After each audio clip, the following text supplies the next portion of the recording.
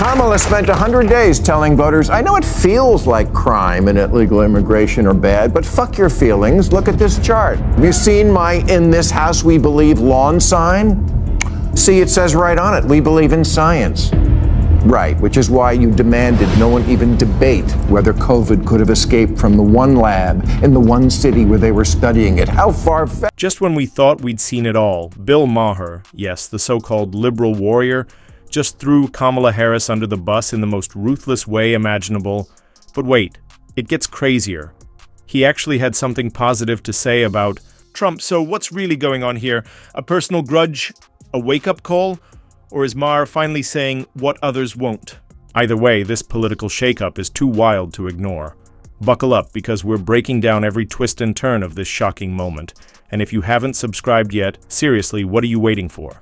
Hit that button now, because you don't want to miss what's coming next. Let's dive in. Harris would be the first woman president, first black woman president, and first Asian president. But I don't vote for who will be the first. I vote for who will win. And for whatever reason, Harris has never been popular.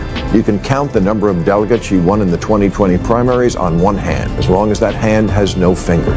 You wear Queers for Palestine t-shirts and masks 2 years after the pandemic ended. And you can't define woman, I mean person who menstruates. You're the teachers union education party, and you've turned schools and colleges into a joke. Kamala Harris's campaign wasn't just unpopular. It was a full-scale disaster. Even her own party wanted nothing to do with her. But did that stop them from pushing her onto America like the latest cringe TikTok trend? Nope. Instead, they trotted out Mindy Kaling, Meghan Markle, and Lizzo, hoping their star power could do what Harris couldn't: win over voters. Spoiler alert, it flopped. From awkward influencer collabs to embarrassing dance moves, they tried everything. But Bill Maher wasn't buying. Oh great, a VP with TikTok skills, just what voters are looking for, he mocked. And let's be real, blaming her failure on a lack of campaign time, that's as weak as her approval ratings. The real problem? The Democratic agenda was an absolute train wreck, pushing overpriced EVs, letting shoplifters turn stores into free-for-alls, and expecting voters to just roll with it. But they didn't. And Maher? He didn't just call out the circus, he exposed Harris's biggest flaw yet: sheer incompetence. For years, as vice president, she's been quieter than an electric car. Sometimes life isn't fair. It's not fair that she's not popular. She's intelligent and accomplished, and in fact, was put in charge of the border. And look at how... Okay, bad example. Popular? Sure. But Bill Maher's real issue with Kamala Harris? Pure incompetence. And honestly, who can argue? She was handed one of the administration's biggest crises, the border, and treated it like a group project she wanted no part of. When she finally did show up after months of pressure, it felt more like a PR stunt than real leadership. Her big strategy? Vague speeches, awkward diplomatic visits, and the now infamous "do not come" message to migrants. Spoiler, it failed. Still, not convinced? Just watch this clip. Maher didn't hold back, and neither are we.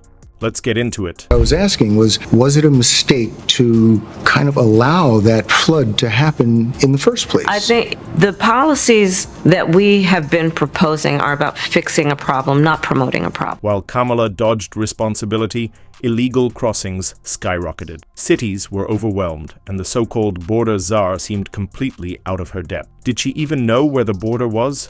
Every time she was pressed for answers, she delivered incoherent word salads, more fluff than substance, like a student scrambling to meet a word count.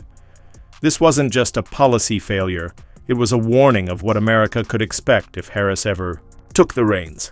And let's just say, she failed the test. Instead of addressing the crisis, she treated it like an inconvenience, hoping no one would notice. But people did notice, including Bill Maher. And despite being a liberal, even he couldn't defend the disaster she left behind.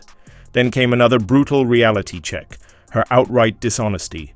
Watch as this CNN journalist picks apart her biggest lies. Donald Trump, you criticized the wall more than 50 times. You called it stupid useless and a medieval vanity project. Is a border wall stupid? Well, let's talk about Donald Trump and that border wall. So remember, Donald Trump said Mexico would pay for it? Come on, they didn't. How much of that wall did he build? I think the last number I saw is about 2%. To fix the problem, you're doing this compromise bill. It does call for $650 million that was earmarked under Trump to actually still go to build the wall. I am not afraid of good ideas where they occurred. So you don't think it's stupid anymore? I think what he did and how he did it did not make much sense because he actually didn't do much of anything. We just talked about it. He didn't actually do much of anything. But you do want to build some wall. Kamala Harris once mocked Trump's border wall, calling it a medieval vanity project, and even voted against funding it. Fast forward to 2023, and suddenly the Biden administration was quietly building more of it in Texas. When Anderson Cooper confronted her, she flat out denied it, until he reminded her that Homeland Security had already confirmed it. Busted, caught in a lie, dodging reality, and hoping no one would notice. But Maher did. America did. And he wasn't done yet. Up next, the stale, failing policies that sealed her fate. Kamala spent 100 days telling voters, I know it feels like crime and illegal immigration are bad, but fuck your feelings. Look at this chart. Have you seen my "In this house we believe" lawn sign? See, it says right on it, we believe in science. Right, which is why you demanded no one even debate whether COVID could have escaped from the one lab in the one city where they were studying it. How far-fetched. Democrats have become like a royal family that, because of so much incest, has unfortunately had children who are retarded. You wear Queers for Palestine t-shirts and masks 2 years after the pandemic ended. And you can't define woman, I mean person who menstruates. You're the teachers' union education party, and you've turned schools and colleges into a joke. What a shocker that the people who see everything through the lens of race and sex see their election loss as a result of racism and sexism. At some point, even die-hard liberals had to stop and think, wait, what? The left's policies turned into a race to peak absurdity. Biological men dominating women's sports? Suddenly, fairness didn't matter. Only feelings did. Female athletes who trained their entire lives were losing to competitors with a clear biological advantage. Speak up, you're labeled a bigot. Then came the Queers for Palestine paradox, LGBTQ. Activists backing a cause that, well, doesn't exactly support them in return.